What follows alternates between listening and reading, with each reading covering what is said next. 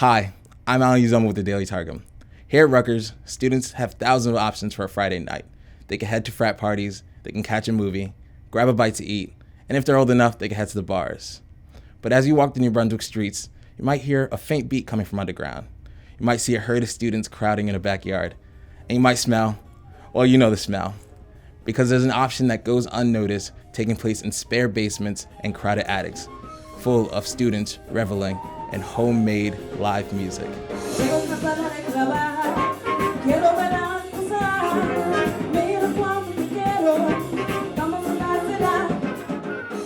Since the early 90s, DIY bands, mostly student-led, that span genre, setup, and moods, have been playing house shows in and around New Brunswick. They are mainly concentrated in off-campus housing surrounding College Ave campus. The scene is somewhat of an open secret, with an engaging history that you might not expect. It kind of comes in peaks and valleys. There'll be like a lot of different basement shows going on for a period of time, and either people move or it gets complicated or they get busted. And like when we did our basement show, the police came twice. Like the first time was like a warning, which was like a little scary, but like, oh, okay. And then I think they eventually shut us down. We might even had to pay $100. I forget, but at that point it didn't matter as much. So there's a lot of illegality. Documents from the early days are now archived in Alexander Library. There you can find flyers and ads from the days of old. Nowadays, these flyers are more likely to be posted on Instagram and Facebook.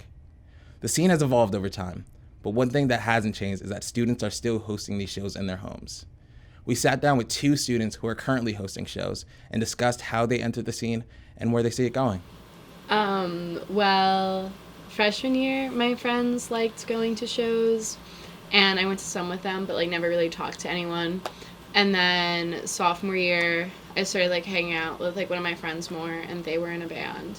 And so I would go to his band shows and then just started becoming better friends with everyone who I already knew from the core, but started hanging out with them. Mm-hmm.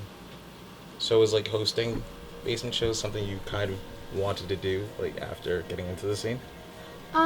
Not immensely. I just kind of fell into it. I don't know. I'm not in a band and I don't do anything, so it's I can host. That's easy. And I would host shows for the core, so. Yeah. And I think both of us were kind of frustrated by a lot of houses in New Brunswick have had issues with people who have been slightly problematic and questionable at best. Yeah, questionable behavior. So we really try to make sure that this attic is a safe space. Students. So.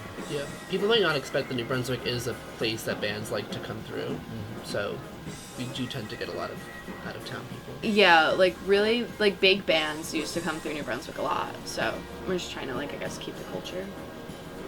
And I wish the city would embrace it more, and especially as we see down that way, they built the big multi-million-dollar performance center. It just seems that, and how they like to promote the arts or the theater district, which is great. It seems that the city should recognize the benefit of having venues for the performance of music and kind of get involved with it.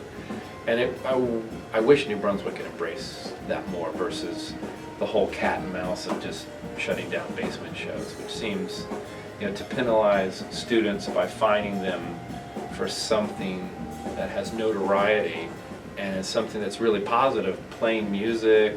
I mean, so many bands have come from the New Brunswick music scene, especially, performing in basements. Why the city doesn't embrace that more.